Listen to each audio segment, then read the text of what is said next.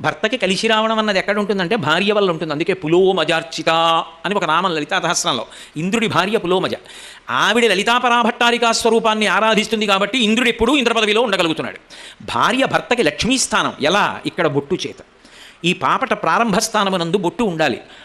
అందుకే పాపిడి కొండలు వాటి పేరు. గోదావరి మధ్యలో ఆ కొండ వస్తే గోదావరి పాపిడి తీసినట్టుగా, పాపట అంటే మధ్యలో గీతలా తీసి కురులను అటు ఇటు దువ్వుతారు. అలా దువ్వడం సీమంతోన్నయనము అన్న ఉత్సవానికి అర్థం ఏమిటంటే అది భర్త దువ్వాలి ఆ రోజున. అది కూడా ఎలా దువ్వాలి అంటే మామూలు దువ్విన పట్టుకొచ్చి దువ్వడం కాదు.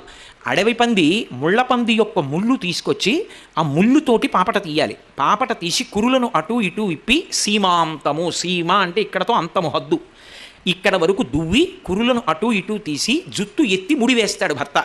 అలా ముడివేస్తే ఆమెకు గర్భమునకు కూడా రక్ష. అది సీమంతోన్నయనం. అంతేగాని మీరెన్ని రకాల స్వీట్లు అట్టుకొస్తారు, మేమెన్ని రకాల స్వీట్లు అట్టుకొస్తాం